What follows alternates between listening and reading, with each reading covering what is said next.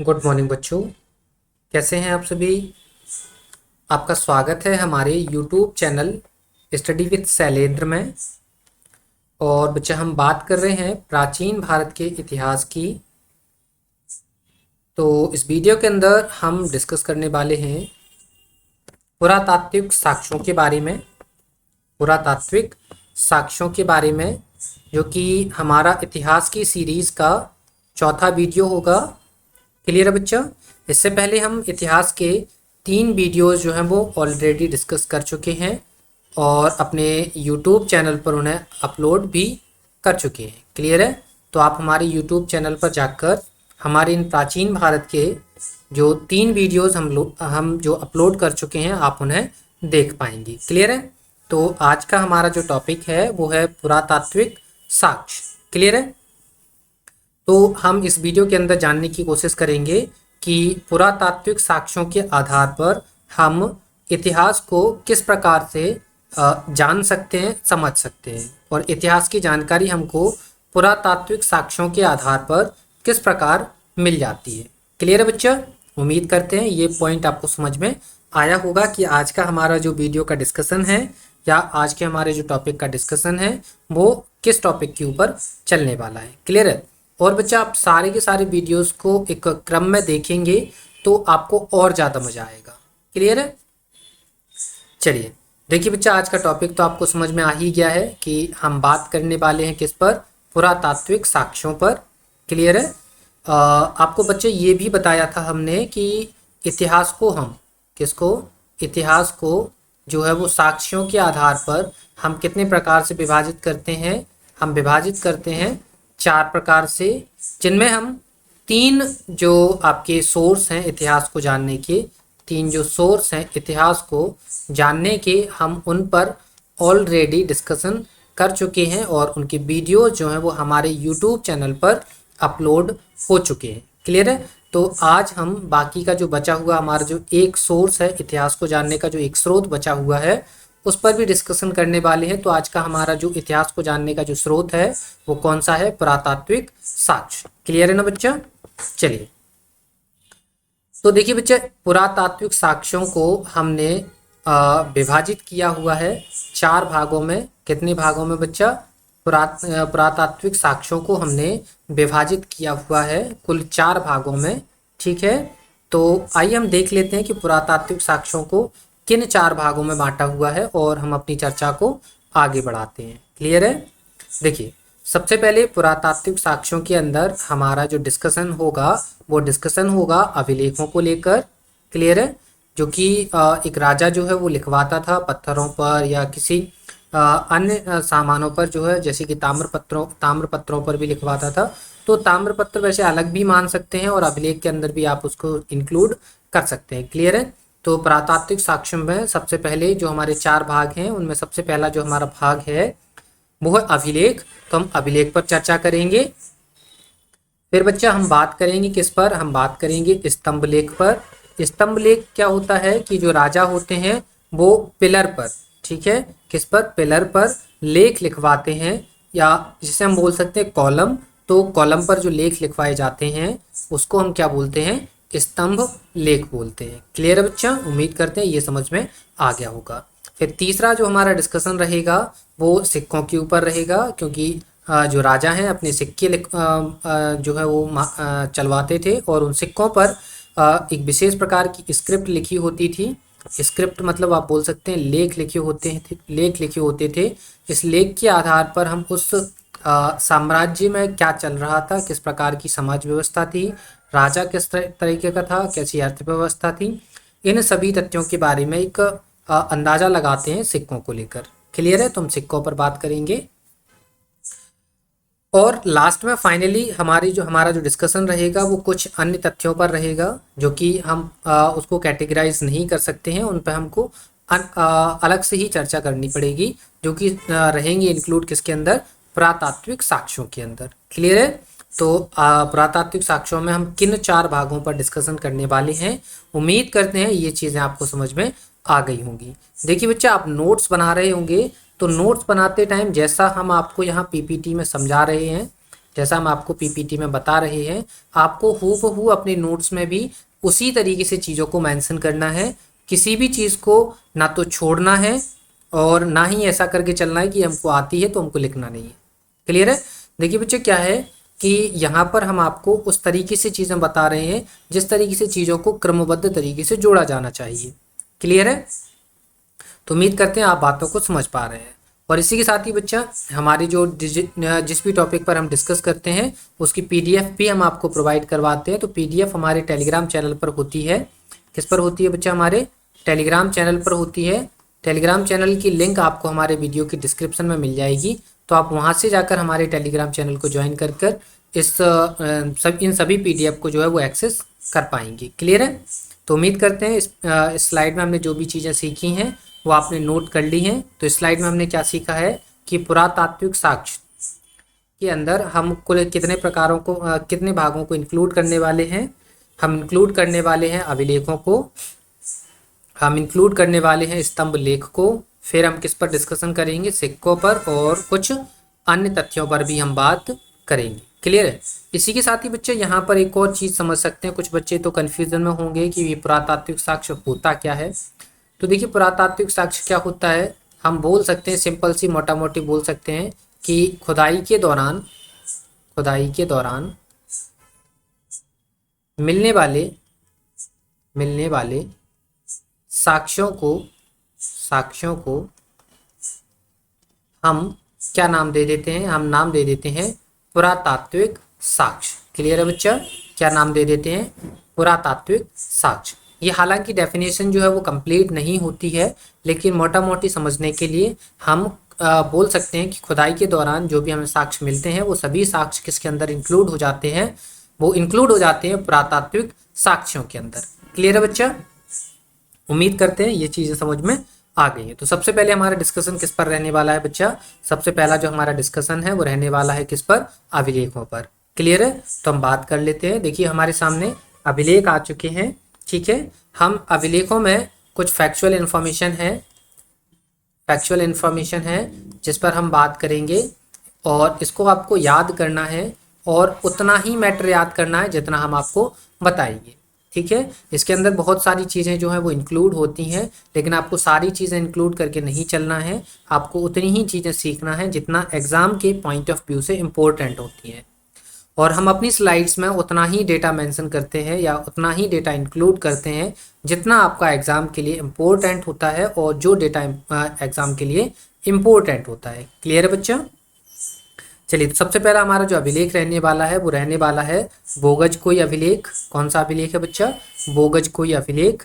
ये एक ऐसा अभिलेख है जिससे हमको वैदिक देवता मित्र, वरुण, इंद्र और नासत्य के नामों की जानकारी मिल जाती है। क्लियर है? क्या है हमारा पहला अभिलेख? कौन सा है बच्चा? हमारा पहला अभिलेख जो है वो है बोगजकोई अभिलेख। इस अभिलेख में क्या जानकारी मिल जाती है? इस अभिलेख से हमको वैदिक देवता जो मित्र हैं, वरुण हैं, इंद्र हैं और नासत्य, इन सभी वैदिक देवताओं के नामों की जानकारी हमको बोगजकोई अभिलेख से मिल जाती है। क्लियर है?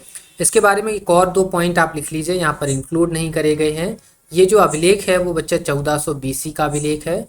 कब का अभिलेख है बच्चा? ये जो अभिलेख है वो 1400 BC का अभिलेख है। और बच्चा इसके बारे में एक और पॉइंट लिख लीजिए, ये जो अभिलेख है वो आपको एशिया माइनर, कहाँ से? एशिया माइनर के इलाके से मिला है। कहाँ से मिला है बच्चा? ये जो अभिलेख है वो एशिया माइनर के इलाकों से हमको प्राप्त हुआ है। तो ये 2 पॉइंट भी आप इस अभिलेख के अंदर इंक्लूड कर सकते हैं। क्लियर है? तो पहला अभिलेख उम्मीद करते हैं समझ में आ गया होगा। तो हमारे साथ दोबारा से आप दोहराएंगे कि बोगजकोई अभिलेख में क्या है। बोगजकोई अभिलेख में वैदिक देवता मित्र, वरुण, इंद्र और नासत्य के नामों की जानकारी मिलती है। और क्या है बच्चा? ये जो अभिलेख है वो 1400 BC का अभिलेख है। और क्या है बच्चा इसमें है ये जो अभिलेख है वो एशिया माइनर के इलाके से हमको प्राप्त हुआ है। क्लियर है? चलिए, तो फिर हम आगे नेक्स्ट अभिलेख की बात कर लेते हैं। इस अभिलेख को आप बिल्कुल स्टार लगा कर लिखेंगे क्योंकि ये बहुत बार कई एग्जाम्स में पूछा जा चुका है, तो ये आपके लिए इम्पोर्टेंट है। कौन सा अभिलेख है बच्चा? ये अभिलेख है हाथी गुम्फा अभिलेख। कौन सा अभिलेख है बच्चा? ये अभिलेख है हाथी गुम्फा अभिलेख। इस अभिलेख के संबंध की बात करें तो इस अभिलेख का संबंध जो है वो राजा खारवेल से है। किसके साथ संबंध है इसका? इसका संबंध, इस अभिलेख का संबंध राजा खारवेल के साथ है, जो कि कहाँ के राजा थे? ये राजा थे कलिंग के। ठीक है, तो कहाँ के राजा थे? कलिंग के राजा। ठीक है, कहाँ के राजा थे बच्चा? ये राजा जो थे वो कलिंग के थे। इस अभिलेख से क्या जानकारी मिल जाती है हमको? तो हाथी गुम्फा अभिलेख में सर्वप्रथम भारतवर्ष का जिक्र किया गया है। तो ये आपके लिए बहुत इम्पोर्टेंट जो पॉइंट है। इम्पोर्टेंट तो हालांकि ये पूरा का पूरा जो अभिलेख है वो पूरा का पूरा इम्पोर्टेंट है आपके लिए, क्योंकि इसमें अलग अलग टाइप से कई बार क्वेश्चंस पूछे गए हैं। तो हाथी गुम्फा अभिलेख का संबंध किस राजा के साथ है? तो आपका आंसर होगा राजा खारवेल के साथ, जो कि कलिंग के राजा थे। इसमें क्या है कि इससे हाथी गुम्फा अभिलेख में क्या है कि सर्वप्रथम भारतवर्ष का जिक्र किया गया है। और इसमें क्या है, ये बच्चा जो है वो हाथी गुम्फा जो अभिलेख है वो पहला तिथि रहित अभिलेख है। क्लियर है? ये पॉइंट आप नोट करेंगे। ये कैसा अभिलेख है? ये एक तिथि रहित अभिलेख है। क्लियर है? उम्मीद करते हैं चीज़ें आपको समझ में आ रही होंगी, और साथ ही साथ अपने आप नोट्स में जो नोट्स आप बनाते जा रहे होंगे। क्लियर है? तो फिर चलते हैं हम आगे की तरफ। तो देखिए, अब हमारे सामने अगला जो अभिलेख है वो शाहगोरा अभिलेख है। कौन सा है? शाहगोरा अभिलेख। इसमें क्या होता है? इस अभिलेख से बच्चा हमको किसकी जानकारी मिलती है? इस अभिलेख से हमको अकाल की जानकारी मिलती है। ठीक है, किसकी जानकारी मिलती है? अकाल की। ठीक है, कई जगह जो है इसमें दुर्भिक्ष लिखा रहता है, तो आप दुर्भिक्ष भी याद रख सकते हैं। अदरवाइज आप ये चीज़ भी याद रख सकते हैं कि शाहगोरा जो अभिलेख है इससे हमको अकाल की जानकारी मिलती है। किसकी? सर्वप्रथम अकाल की जानकारी मिलती है। या आप ऐसे भी बोल सकते हैं कि शाहगोरा अभिलेख जो है वो इससे हमको सर्वप्रथम दुर्भिक्ष की जानकारी प्राप्त होती है। तो ये दोनों शब्द जो हैं वो सेम है। ठीक है, ये दोनों शब्द जो है वो सेम है, इसलिए आपको कंफ्यूज नहीं होना है। कई बार अब अकाल भी लिख के आ जाता है और कई बार दुर्भिक्ष भी लिख कर आ जाता है। क्लियर है? चलिए आगे की बात कर लेते हैं। जो शाहगोरा जो अभिलेख है वो गोरखपुर के समीप से हमको मिला हुआ है। कहाँ से मिला है? गोरखपुर के पास से ये जो अभिलेख है, शाहगोरा अभिलेख है, वो हमको वहाँ से मिला है। क्लियर है? चलिए, ये आपके लिए बहुत ज़्यादा इंपॉर्टेंट है, तो इस अभिलेख को भी आप स्टार लगा कर लिखेंगे। कौन सा अभिलेख है ये है एरन अभिलेख। ठीक है, ये कौन सा अभिलेख है? एरन अभिलेख। इस एरन अभिलेख का संबंध किस राजा के साथ है? तो इस एरन अभिलेख का संबंध राजा भानुगुप्त के साथ है। किसके साथ संबंध है? राजा भानुगुप्त के साथ है, जो कि कौन है? एक गुप्त राजा है। कौन है ये? गुप्त राजा या गुप्त शासक हम इन्हें बोल सकते हैं। ठीक है, तो एरन अभिलेख का संबंध किसके साथ है? एरन अभिलेख का संबंध भानुगुप्त के साथ है, जो कि एक गुप्त शासक है। ये जो बच्चा अभिलेख है एरन अभिलेख 510 ईस्वी का अभिलेख है, तो आप इसे भी नोट करें। क्लियर है? इस अभिलेख के बारे में सबसे ज़्यादा जो इम्पोर्टेंट है और सबसे ज़्यादा जो पेपर में पूछा गया है वो ये वाला पॉइंट है।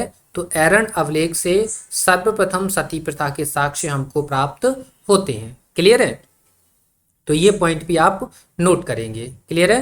एरन अभिलेख से हमको बच्चा क्या मिलता है? सर्वप्रथम सती प्रथा के साक्ष्य मिल जाते हैं। क्लियर? ये पॉइंट आप बिल्कुल स्टार लगा कर लिखेंगे, डबल स्टार लगाएंगे इस पर, क्योंकि ये बहुत ही ज़्यादा इम्पोर्टेंट पॉइंट है जो कि अलग अलग एग्जाम्स में कई बार पूछा जा चुका है। क्लियर है? तो एरन अभिलेख के बारे में आपने क्या सीखा कि एरन अभिलेख राजा भानुगुप्त का अभिलेख है, जो कि एक गुप्त शासक होते हैं। ये अभिलेख 510 ईस्वी का अभिलेख है। एरन अभिलेख से हमको सर्वप्रथम सती प्रथा के साक्ष्य मिल जाते हैं। क्लियर है? उम्मीद करते हैं ये इस स्लाइड में जितनी भी चीज़ें आपको बताई गई हैं वो सभी चीज़ें समझ में आ गई हैं। ठीक है, तो फिर चलते हैं हम आगे की तरफ। तो बच्चा अब आपको कुछ ही चीज़ें याद रखना है, ज़्यादा चीज़ें याद नहीं रखना है। जैसे कि जूनागढ़ अभिलेख, इनका संबंध रुद्रादमन के साथ है। फिर नासिक अभिलेख, इनका संबंध गौतम बलसरी के साथ है। फिर ऐहोल अभिलेख, इनका संबंध पुलकेशिन द्वितीय के साथ है। पेपर में भी आपसे जब भी ये क्वेश्चन पूछे गए हैं सीधा सीधा राजा का नाम पूछा गया है कि इन अभिलेखों का संबंध किस राजा के साथ है, तो आपको उतनी ही चीज़ें याद रखनी है। क्लियर है? तो जूनागढ़ अभिलेख का संबंध किसके साथ है?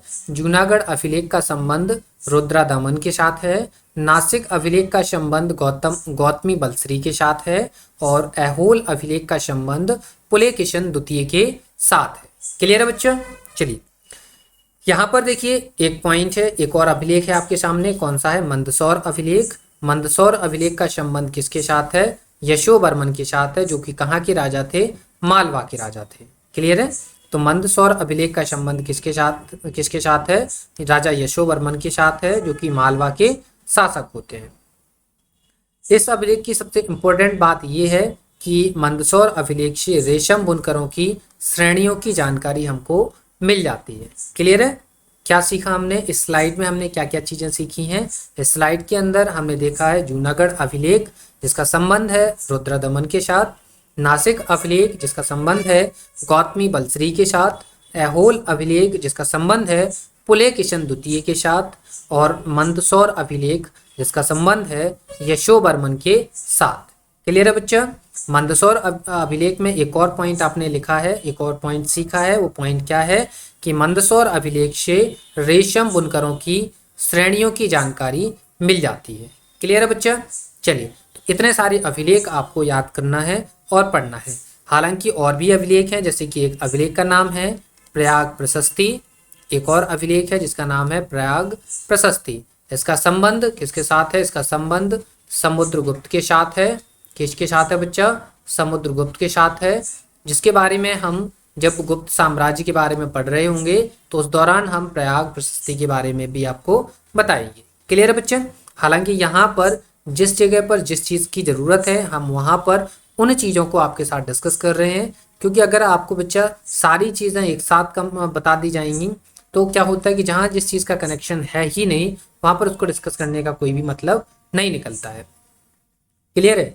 तो हमको इस तरीके से तैयारियां करना है, इस तरीके से चीज़ों को समझना है ताकि हम इजीली याद भी कर पाएँ और समझ पाएँ कि एक्चुअल में हमको पढ़ना क्या है। क्लियर है बच्चा? तो उम्मीद करते हैं जिस भी तरीके से हम इसको कैटेगराइज करके चल रहे हैं वो सारी की सारी चीज़ें आपको समझ में आ रही हैं। ठीक है? तो मंदसौर अभिलेख यहाँ पर समझ में आ गया होगा कि इनका संबंध किसके साथ है? राजा यशोवर्मन के साथ है, और इससे रेशम बुनकरों की श्रेणियों की जानकारी मिल जाती है। क्लियर है? तो अभिलेखों के बाद अब हम बात करेंगे स्तंभ लेखों पर। ठीक है? किस पर बात करेंगे? स्तंभ लेखों पर। लेकिन इससे पहले कुछ और अभिलेख हैं, इनको भी देख लेते हैं। देखिए दो अभिलेख आपके सामने ये रहे कि ग्वालियर अभिलेख का संबंध किसके साथ है? राजा भोज के साथ है, जो कि प्रतिहार नरेश हैं। कौन है? जो कि प्रतिहार नरेश हैं। और देवपाड़ा अभिलेख जिसका संबंध विजय सेन के साथ है, जो कि कहाँ के शासक हैं? बंगाल के शासक हैं। क्लियर है? तो क्या सीखा आपने यहाँ से? ग्वालियर अभिलेख का संबंध किसके साथ है? राजा भोज के साथ है, जो कि एक प्रतिहार राजा हैं। और देवपाड़ा अभिलेख का संबंध राजा विजय सेन के साथ है, जो कि सेन वंश के शासक हैं, लेकिन इनका संबंध बंगाल के साथ है। एक और चीज़ यहाँ पर इम्पोर्टेंट है, वो इम्पोर्टेंट चीज़ क्या है? वो यहाँ पर ये चीज़ आपको नोट करनी है स्टार लगाकर। क्लियर है? ये आपके लिए बहुत ही ज़्यादा इम्पोर्टेंट चीज़ है। क्या है कि अभिलेखों का अध्ययन क्या कहलाता है? इपिग्राफी कहलाता है। अभिलेखों का अध्ययन क्या कहलाता है बच्चा? अभिलेखों का अध्ययन कहलाता है इपिग्राफी। क्या कहलाता है? इपिग्राफी। अब दोबारा से आप हमारे साथ प्रोनाउंस करेंगे कि अभिलेखों का अध्ययन क्या कहलाता है? अभिलेखों का अध्ययन कहलाता है इपिग्राफी। क्या कहलाता है बच्चा? इपिग्राफी। क्लियर है? तो ये चीज़ें आपने नोट कर ली। क्लियर? तो अब हम बात कर लेते हैं स्तंभ लेख की, जिसके बारे में हम आपसे बात कर रहे थे। क्लियर है? तो सबसे पहले हमने किसके बारे में बात कर ली है? अभिलेखों के बारे में बात कर ली है, जिसमें हमने कितने अभिलेखों पर डिस्कशन किया है? टोटल हमने 10 अभिलेखों के ऊपर डिस्कशन किया है, जिनको आप उम्मीद करते हैं जिनको आप याद कर लेंगे। क्लियर है? और इसी के साथ एक नोट भी बताया था कि अभिलेखों का अध्ययन क्या कहलाता है? अभिलेखों का अध्ययन कहलाता है इपिग्राफी। क्लियर है? चलिए स्तंभ लेखों में आपको सिर्फ 2 ही स्तंभ लेख याद करना है। सबसे पहला स्तंभ लेख आपका कौन सा है? गरुड़ स्तंभ लेख। कौन सा है? गरुड़ स्तंभ लेख। इसका संबंध किसके साथ है बच्चे? इसका संबंध है हेलियोडोरस के साथ, जो कि एक यवन राजदूत है। ठीक है? गरुड़ स्तंभ लेख का संबंध किसके साथ है? गरुड़ स्तंभ लेख का संबंध हेलियोडोरस के साथ है, जो कि एक यवन राजदूत है। क्लियर है बच्चा? ये जो गरुड़ स्तंभ लेख है, इसका संबंध कहाँ से है? इसका संबंध है बेस नगर से। ठीक है? लेकिन वर्तमान में बेस नगर का नाम बदल चुका है। बेस नगर का नाम हो चुका है क्या? विदिशा। ठीक है, तो आपको कंफ्यूज नहीं होना है। हमने यहाँ पर लिखा है संबंधित स्थान बेस नगर, तो क्या है वो स्थान, कौन सा है वो स्थान? है विदिशा, क्योंकि बेस नगर का नाम बदलकर क्या हो चुका है बच्चा? नाम हो चुका है विदिशा। क्लियर है? तो दोबारा से देखेंगे क्या सीखा हमने यहाँ से कि गरुड़ स्तंभ लेख जो है उसका संबंध किसके साथ है? उसका संबंध है हेलियोडोरस के साथ। किसके साथ संबंध है इसका? हेलियोडोरस के साथ संबंध है, जो कि कौन है? एक यवन राजदूत है। क्लियर है? और इसका गरुड़ स्तंभ लेख का संबंध किस स्थान से है? तो उसका संबंध है बेस नगर से, अर्थात हम बोल सकते हैं क्या? विदिशा से। क्लियर है? चलिए आगे देख लीजिए। यहाँ पर एक और पॉइंट आप लिख लीजिए कि ये जो गरुड़ स्तंभ लेख है इससे हमको भागवत, कौन सा? भागवत धर्म की जानकारी मिलती है। किसकी? भागवत धर्म की जानकारी मिलती है। ठीक है, ये पॉइंट आप यहाँ पर नोट करेंगे। यहाँ पर इस पॉइंट को स्लाइड में इंक्लूड नहीं किया गया। क्लियर है? इसको हम जो है थोड़ा ऐसे कर देते हैं, ये अलग से इसको कर देते हैं। ठीक है, अब आपको समझ में आ रहा होगा। तो ये पॉइंट भी आप लिखेंगे कि ये जो गरुड़ स्तंभ है इससे हमको भागवत धर्म की जानकारी मिल जाती है। क्लियर है? अब हम बात करते हैं भीतरी स्तंभ लेख पर। भीतरी स्तंभ लेख का संबंध किसके साथ है? स्कंद गुप्त के साथ है। किसके साथ है? स्कंद गुप्त के साथ भीतरी स्तंभ लेख का संबंध है। क्लियर है? भीतरी स्तंभ लेख से हमको क्या जानकारी मिलती है? तो ये जानकारी यहाँ पर लिखी हुई है। जानकारी क्या मिलती है बच्चा? जानकारी मिलती है किसके बारे में? सर्वप्रथम भारत पर होने वाले हूण आक्रमण के बारे में। क्लियर है? भीतरी स्तंभ लेख से हमको किसकी जानकारी मिलती है? हमको जानकारी मिलती है सर्वप्रथम भारत पर होने वाले हूण आक्रमण की। क्लियर है बच्चा? तो उम्मीद करते हैं इस स्लाइड के अंदर 2 स्तंभ लेख हमने देखे हैं जो आपको समझ में आ गए होंगे। ठीक है, देखिए बच्चों थोड़ी फैक्चुअल इन्फॉर्मेशन है, तो फैक्चुअल इन्फॉर्मेशन को आपको याद करना होता है। क्लियर है? तो हम आपको फैक्चुअल इन्फॉर्मेशन को भी कोशिश कर रहे हैं कि स्लाइड के साथ साथ ही याद हो जाए, इसलिए हर पॉइंट को हम 2 से 3 बार दोहरा रहे हैं। क्लियर है? तो अगेन हमारे साथ आप प्रोनाउंस करेंगे। हमने इस स्लाइड में क्या क्या सीखा है? स्लाइड में सीखा है गरुड़ स्तंभ लेख, जिसका संबंध है हेलियोडोरस के साथ, जो कि एक यवन राजदूत है। गरुड़ स्तंभ लेख का संबंध किस स्थान के साथ है? तो इसका संबंध है बेस नगर अर्थात विदिशा के साथ।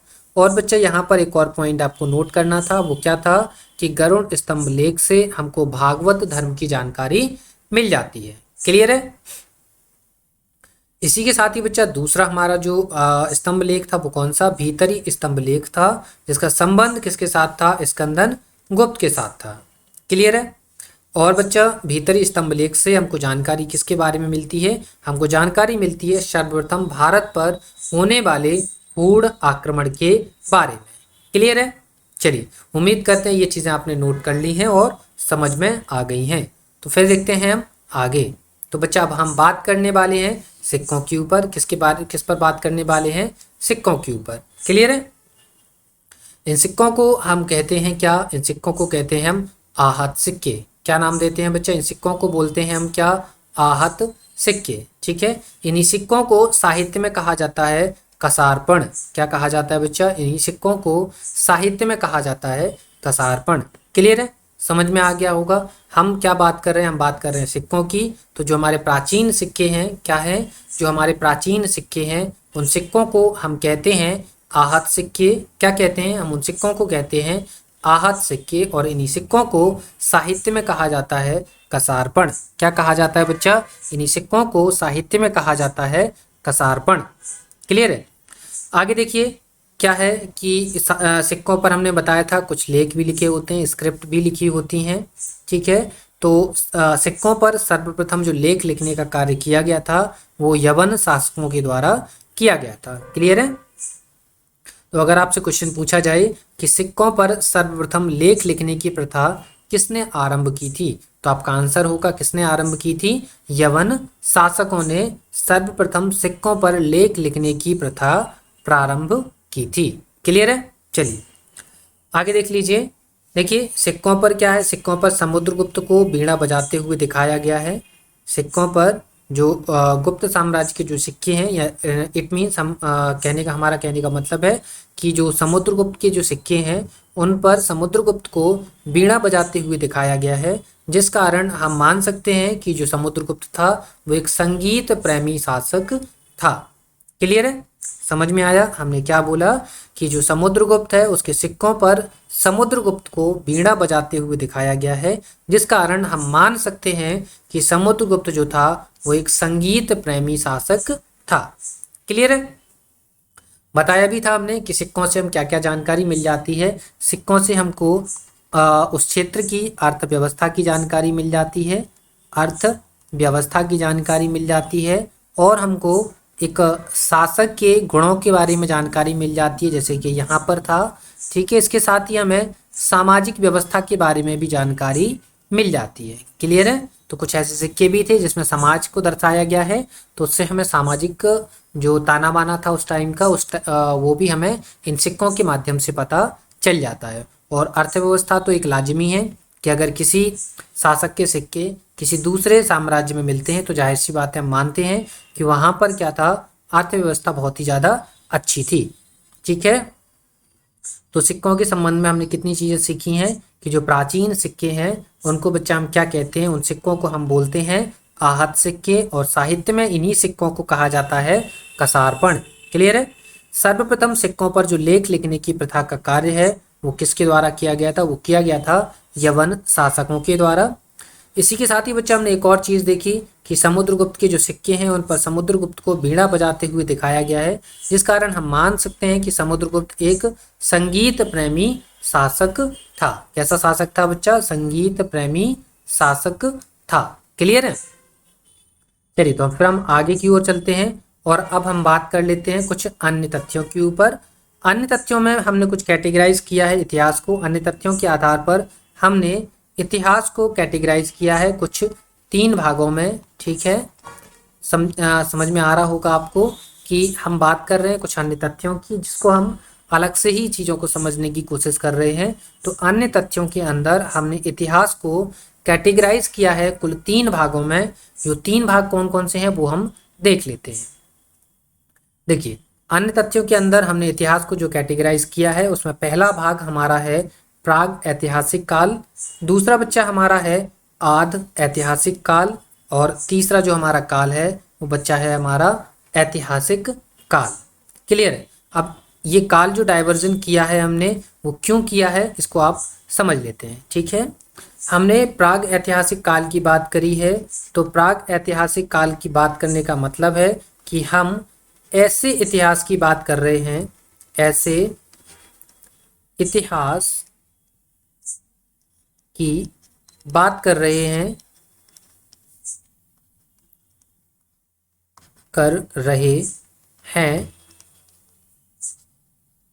जिसमें हम सिर्फ पुरातात्विक साक्ष्यों पर निर्भर है। क्लियर है बच्चा, निर्भर है। समझ में आया आपको? प्राग ऐतिहासिक काल के बारे में बात करने का मतलब है कि एक ऐसा इतिहास जिसका हमारे पास कोई भी लिखित साक्ष्य मौजूद नहीं है। ठीक है, हम किस पर मौजूद होंगे, हम किस पर जो है वो निर्भर होंगे, हम जो निर्भर होंगे वो होंगे सिर्फ पुरातात्विक साक्ष्य। क्लियर है, तो इसके बारे में एक छोटा सा पॉइंट आपको लिखना है तो लिख लीजिए, पुरातात्विक साक्ष्य जो है होंगे, लेकिन लिखित साक्ष्य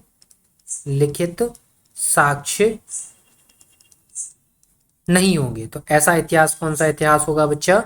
वो इतिहास होगा प्राग ऐतिहासिक काल का इतिहास। क्लियर है, तो मानव का जो इतिहास है वो कहाँ से शुरू होता है? मानव का इतिहास शुरू होता है प्राग ऐतिहासिक काल से, क्योंकि हमने जैसे ही हम होमोसेपियंस बने थे वैसे ही हम पढ़ना लिखना नहीं सीख पाए थे। तो उस टाइम पे जो भी हमें साक्ष्य मिलेंगे वो सभी साक्ष्य कौन से होंगे? पुरातात्विक साक्ष्य होंगे। अर्थात वो किस प्रकार के इतिहास में शामिल होंगे? वो शामिल होंगे प्राग ऐतिहासिक काल के अंदर। क्लियर है। ये क्वेश्चन भी कई बार पूछा जा चुका है कि ऐसा इतिहास जिसका कोई भी लिखित साक्ष्य मौजूद नहीं है, ऐसा इतिहास कौन सा इतिहास कहलाएगा?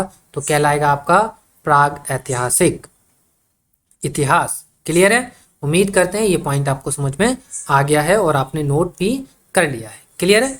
अब हम आद ऐतिहासिक इतिहास की बात कर लेते हैं।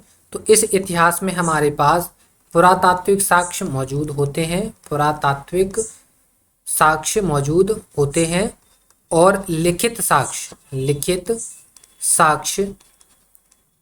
भी मौजूद होते हैं। क्या होता है बच्चा? हमारे पास पुरातात्विक साक्ष्य भी मौजूद होते हैं और लिखित साक्ष्य भी मौजूद होते हैं। किसके अंदर? आद ऐतिहासिक काल के अंदर। लेकिन इसमें डिफरेंस क्या है? डिफरेंस बच्चा ये है कि ये जो लिखित साक्ष्य हैं वो ऐसे साक्ष्य हैं जो पढ़े नहीं जा सकते। क्लियर है। पढ़े नहीं जा सकते। क्लियर है। समझ आ गया होगा कि आद ऐतिहासिक काल के अंदर कौन सा इतिहास आएगा? ऐसा इतिहास आएगा जिसके पुरातात्विक साक्ष्य हमारे पास मौजूद होंगे और साथ ही हमारे पास लिखित साक्ष्य भी मौजूद होंगे। लेकिन ये जो लिखित साक्ष्य होंगे वो ऐसे साक्ष्य होंगे जो कभी भी पढ़े नहीं जा सके होंगे। क्लियर है। ठीक है। अब ये लिखित साक्ष्य कौन से हैं उन पर भी हम चर्चा करेंगे, लेकिन फिलहाल हम जान लेते हैं कौन सा? ऐतिहासिक काल। क्लियर। तो बच्चा ऐतिहासिक काल में इसमें हमारे पास पुरातात्विक साक्ष्य मौजूद होंगे, पुरातात्विक साक्ष्य जो है वो मौजूद होंगे और साथ ही साथ हमारे पास लिखित साक्ष्य भी मौजूद होंगे। ठीक है। लेकिन यहाँ पर जो लिखित साक्ष्य हैं वो कैसे साक्ष्य हैं? पढ़े जा सकने वाले। ठीक है। पढ़े जा सकने वाले। क्लियर है बच्चा। तो तीनों में आपको डिफरेंस समझ में आ गया होगा। तो हम दोबारा से रिमाइंड करेंगे क्या बोला है हमने कि अन्य तथ्यों के अंदर हमने इतिहास को कुछ भागों में कैटेगराइज किया है। ये कितने भाग हैं? ये कुल 3 भाग हैं जिसमें हमने इतिहास को कैटेगराइज किया है। क्लियर है। अब इसमें हमने जो अन्य तथ्यों के अंदर इतिहास को कैटेगराइज किया है वो कौन कौन से भाग हैं? वो हैं, एक है आपका प्राग ऐतिहासिक इतिहास या प्राग ऐतिहासिक काल, दूसरा हमारा आद ऐतिहासिक इतिहास या आद ऐतिहासिक काल, तीसरा कौन सा बच्चा? हमारा ऐतिहासिक इतिहास या ऐतिहासिक काल। क्लियर है। अब बच्चा प्राग ऐतिहासिक इतिहास के इस डेफिनेशन को आप बिल्कुल स्टार लगाकर लिखेंगे, क्योंकि ये जो डेफिनेशन है कई बार एग्जाम्स में पूछी गई है, फिर वो चाहे एसएससी का एग्जाम रहा हो या किसी भी स्टेट पुलिस का एग्जाम रहा हो। क्लियर है। तो प्राग ऐतिहासिक इतिहास कौन सा इतिहास होगा? ऐसा इतिहास होगा जिसमें हम सिर्फ पुरातात्विक साक्ष्यों पर निर्भर होंगे, इसके हमारे पास कोई भी लिखित साक्ष्य मौजूद नहीं होंगे। क्लियर है। अब पुरातात्विक इतिहास के अंतर्गत हम कौन कौन से एग्जाम्पल्स को शामिल करेंगे हम उनके बारे में अगली स्लाइड पर चर्चा करेंगे। क्लियर है। फिलहाल हम नेक्स्ट पे बात कर लेते हैं। हम बात कर लेते हैं आद ऐतिहासिक काल पर। तो बच्चा आद ऐतिहासिक काल के अंदर पुरातात्विक साक्ष्यों को शामिल किया गया है, लेकिन साथ ही साथ यहाँ पर हमको लिखित साक्ष्य भी मिल जाते हैं। कौन से साक्ष्य मिल जाते हैं बच्चा? वो साक्ष्य मिल जाते हैं हमको लिखित साक्ष्य। लेकिन ये साक्ष्य ऐसे साक्ष्य होते हैं जिनको हमने अभी तक पढ़ा नहीं है, या ऐसे लिखित साक्ष्य जिनको पढ़ा नहीं जा सकता। तो इसके एग्जाम्पल के लिए हम देख लेते हैं यहाँ पर कौन सा एग्जाम्पल है। इसका जो एग्जाम्पल है वो है सिंधु घाटी सभ्यता। तो अगर आपसे क्वेश्चन पूछा जाए कि सिंधु घाटी सभ्यता का इतिहास कैसा है, तो इसका जो इतिहास है वो कौन सा है? आद ऐतिहासिक इतिहास। क्यों है? क्योंकि सिंधु घाटी सभ्यता के पुरातात्विक साक्ष्य तो आपको मिले हैं, मालूम है, क्योंकि हमने खुदाई करवाई है। तो खुदाई के दौरान जो भी साक्ष्य मिलते हैं वो कौन से होते हैं? पुरातात्विक साक्ष्य होते हैं। लेकिन बच्चा हमें सिंधु घाटी सभ्यता की लिपि भी मिली है, जिस लिपि में क्या है? सिंबल बने हुए थे, और उस लिपि को आज तक डिकोड नहीं किया जा सका है, अर्थात हमने उस लिपि को आज तक नहीं पढ़ पाया है, जिस कारण सिंधु घाटी सभ्यता जो है वो किस प्रकार की सभ्यता है? वो आद ऐतिहासिक काल या आद ऐतिहासिक इतिहास की सभ्यता है। क्लियर है। चलिए हम बात कर लेते हैं ऐतिहासिक इतिहास की या ऐतिहासिक काल की। इसका जो एग्जाम्पल है वो हमारा है वैदिक सभ्यता और उसके बाद का इतिहास। ठीक है, वैदिक सभ्यता को कुछ जो टीचर्स हैं या कुछ जो बुक्स हैं उसमें वैदिक सभ्यता को आदि ऐतिहासिक काल के अंदर भी इंक्लूड किया गया है, लेकिन आपको ऐतिहासिक काल के अंदर ही इंक्लूड करना है। क्यों इंक्लूड करना है और वो क्यों इंक्लूड करते हैं, आइए उसके बारे में भी हम चर्चा कर लेते हैं। क्लियर है? तो फिलहाल आपको इतनी सारी चीज़ें आपको समझ में आ गई होंगी, नोट भी कर ली होंगी। क्लियर है? तो हम दोबारा से रिवीजन कर लेते हैं और उसके बाद हम फिर बात करते हैं कि वैदिक सभ्यता को कुछ जो टीचर्स हैं और कुछ जो बुक्स हैं वो आदि ऐतिहासिक काल के अंदर भी इंक्लूड क्यों करती हैं।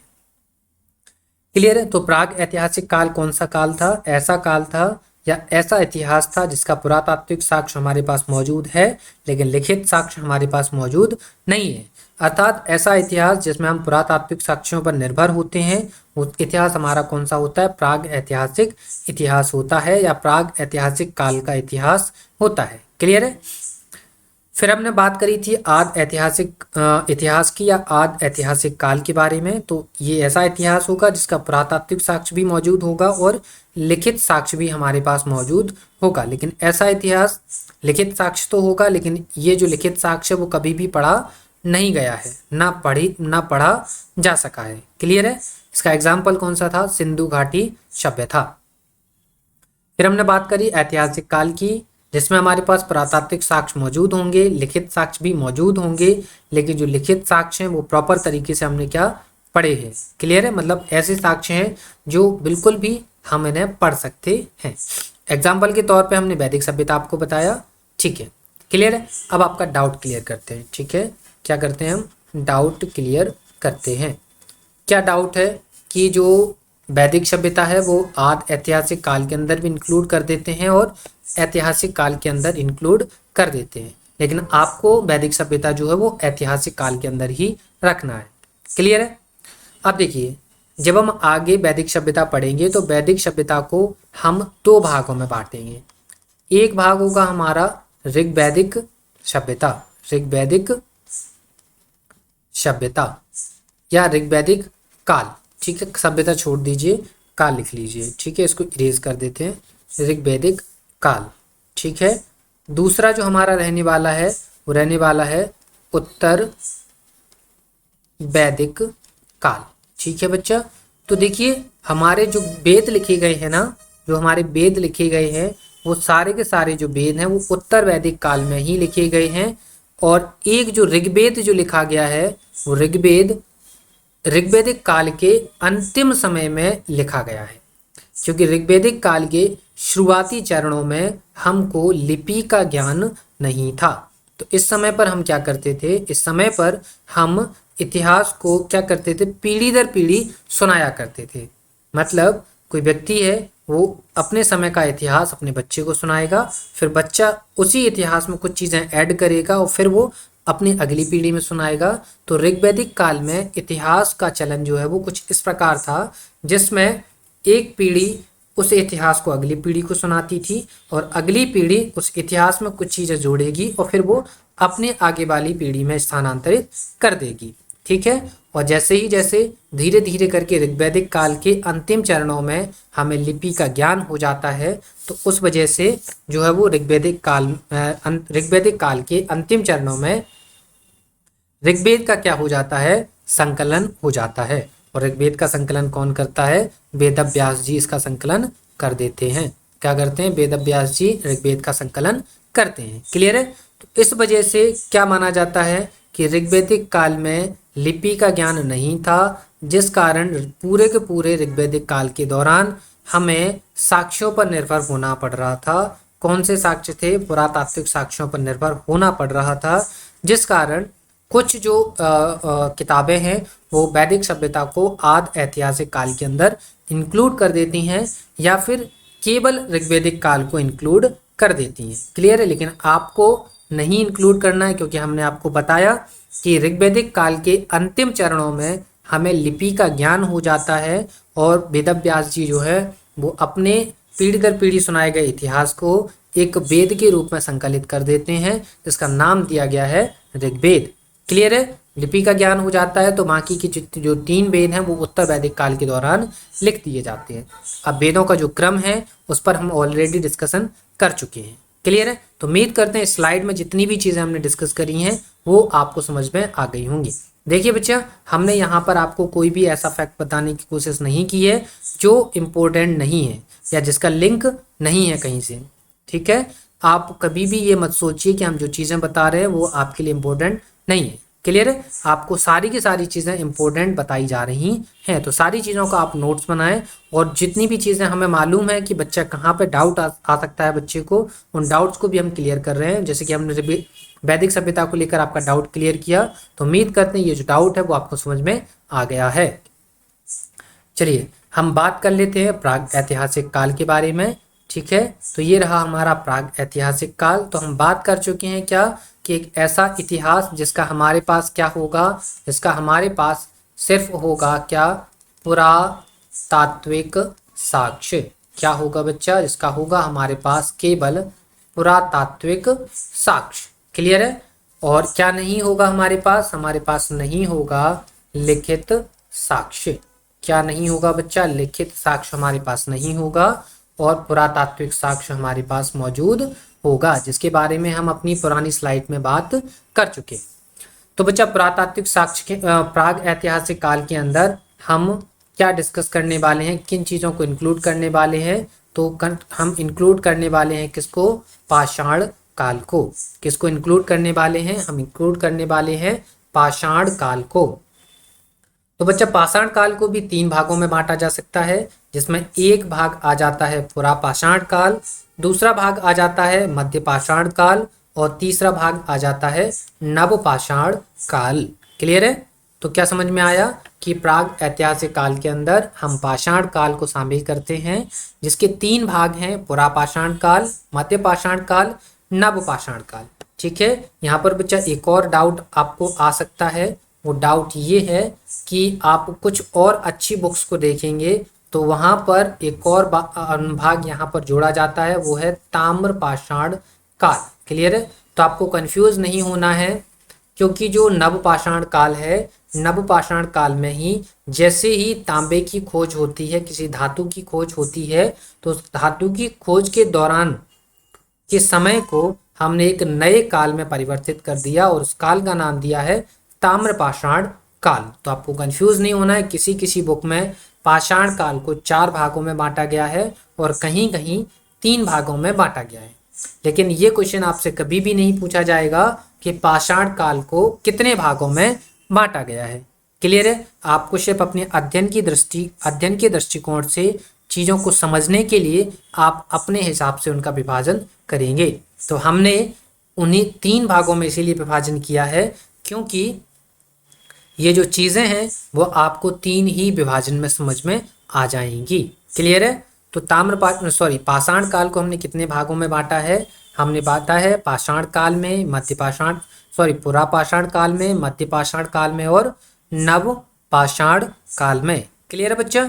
ठीक है, यहाँ पर आपको ज़्यादा चीज़ें याद नहीं करना है। यहाँ से आपके एग्जाम में कुछ गिने चुने क्वेश्चंस बनते हैं जिन पर हम डिस्कशन करेंगे। क्लियर है? यहाँ पर देखो बहुत सारी फैक्चुअल इन्फॉर्मेशन बनती है। अगर आप 11th-12th की बुक देखेंगे या आप BA में हिस्ट्री की बुक देखेंगे, एंशिएंट हिस्ट्री की बुक देखेंगे, तो वहाँ पर इस टॉपिक के ऊपर बहुत सारी चीज़ें लिखी गई हैं। लेकिन हमने क्या बोला कि हम इस सीरीज़ में, प्राचीन भारत के इतिहास की सीरीज़ में, हम उन्हीं चीज़ों को डिस्कस कर रहे हैं जो आपके एग्ज़ाम के पॉइंट ऑफ व्यू से इम्पोर्टेंट हैं। क्लियर है बच्चा? चलिए यहाँ से अब कौन कौन से क्वेश्चंस आपके एग्जाम में आते हैं हम उन पर डिस्कशन कर लेते हैं। तो पुरापाषाण काल के अंदर सबसे पहला जो इम्पोर्टेंट पॉइंट है वो ये है कि पुरापाषाण काल के दौरान मानव की जीविका का मुख्य आधार शिकार था। क्लियर है? तो ये पॉइंट आप लिखेंगे। ये सारे के सारे जो पॉइंट्स हैं वो एक क्वेश्चन है जो आपके एग्जाम में पूछे गए हैं। क्लियर है? हमने कोई भी अननेसेसरी जो पॉइंट्स है वो इसको इंक्लूड नहीं किया है। हमने वही चीज़ें इंक्लूड करी हैं जो आपके एग्जाम के पॉइंट ऑफ व्यू से इम्पोर्टेंट हैं। क्लियर है? फिर आप कोई भी एग्ज़ाम दे रहे हो, जैसे कि वर्तमान में UPSSC पैट का एग्ज़ाम चल रहा है या होना है, ठीक है, फिर या फिर वो किसी भी स्टेट पुलिस का एग्ज़ाम हो, ये जो आपकी सीरीज चल रही है वो सभी के लिए इम्पोर्टेंट है, ठीक है। या फिर एसएससी का कोई भी एग्ज़ाम रहा हो तो सभी के लिए बराबर बेनिफिशियल है। तो आप सारी कोई भी एग्ज़ाम की तैयारी कर रहे हो आप इस हिस्ट्री की सीरीज़ को पढ़ सकते हैं। क्लियर है। तो पुरापाषाण काल में पहला पॉइंट क्या है हमारा कि पुरापाषाण काल के दौरान मानव की जीविका का मुख्य आधार शिकार हुआ करता था। क्लियर है बच्चा।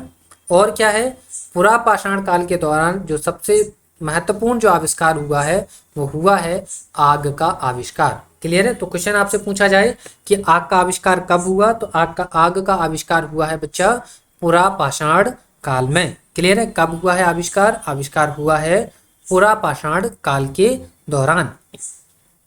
चलिए ये पॉइंट भी आप यहाँ पर नोट करेंगे। जो पल्लावरम है, पल्लावरम ये पुदुचेरी के समीप ये जगह पड़ती है। तो पल्लावरम नामक स्थान पर प्रथम भारतीय पुरापाषाण कलाकृति की खोज हुई थी। क्लियर है। तो ये पॉइंट भी आप नोट करेंगे कि पल्लावरम नामक स्थान पर प्रथम भारतीय पुरापाषाण कलाकृति की खोज हुई थी। क्लियर है। चलिए पुरापाषाण काल में एक और चीज़ आपको याद रखना है कि यहाँ पर जो औजार थे वो पत्थरों से निर्मित औजार थे। लेकिन यहाँ पर एक और पॉइंट आपको लिखना है, ये जो हथियार थे वो अपरिष्कृत थे। कैसे हथियार थे? अपरिष्कृत हथियार थे, या आप बोल सकते हैं खुरदरे हथियार थे। कैसे हथियार थे?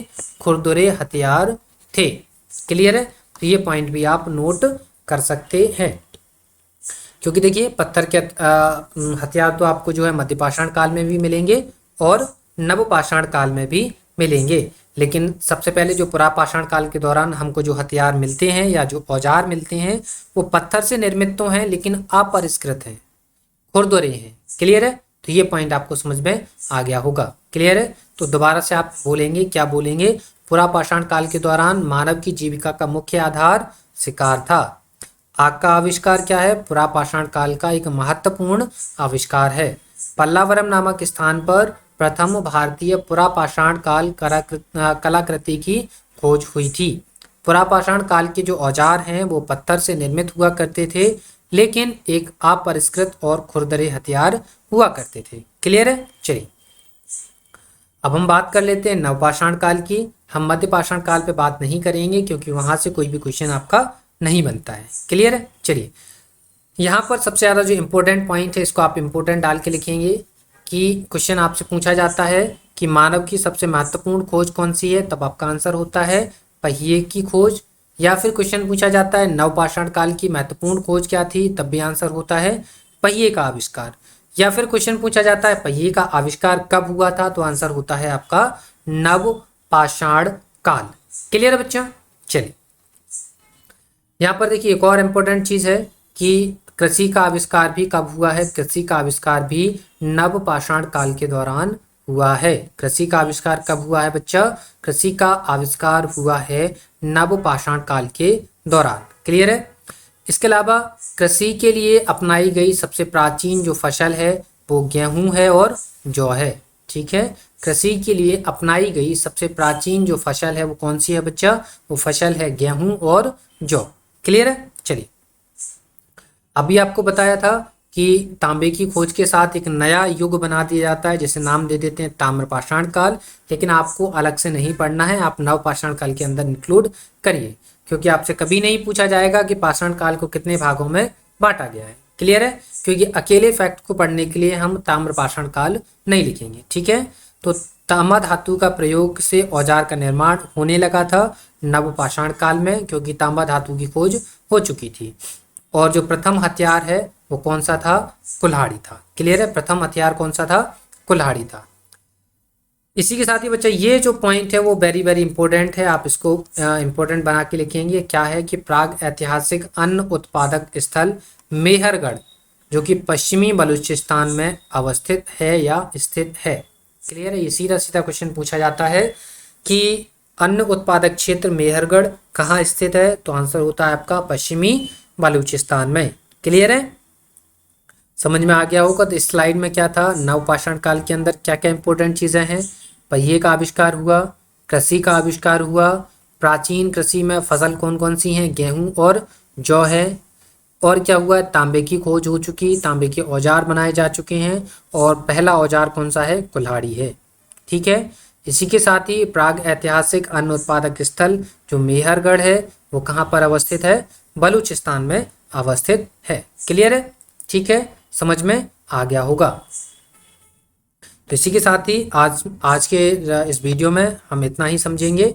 ठीक है, और आपको बता दें बच्चा कि ये जो PDF है वो हमारे टेलीग्राम चैनल पर आपको मिल जाएगी, और टेलीग्राम चैनल की जो लिंक है वो हमारे इस वीडियो के डिस्क्रिप्शन में आपको मिल जाएगी। ठीक है, तो आप वहाँ से जाकर हमारे टेलीग्राम चैनल को ज्वाइन करेंगे, जहाँ से आप इस PDF को ईजिली एक्सेस कर पाएंगे। ठीक है, और इसी के साथ ही बच्चा वीडियो पसंद आए तो वीडियो को लाइक करिए, वीडियो को शेयर करिए और चैनल को सब्सक्राइब करना बिल्कुल भी नहीं भूलिए, ताकि आपको इंटरेस्टिंग वीडियो ऐसे ही मिलते रहे। क्लियर है, तो उम्मीद करते हैं आपको प्राचीन भारत की जो सीरीज चल रही है वो आपको पसंद आ रही है। क्लियर है, तो मिलते हैं आपसे नेक्स्ट वीडियो में, तब तक के लिए धन्यवाद।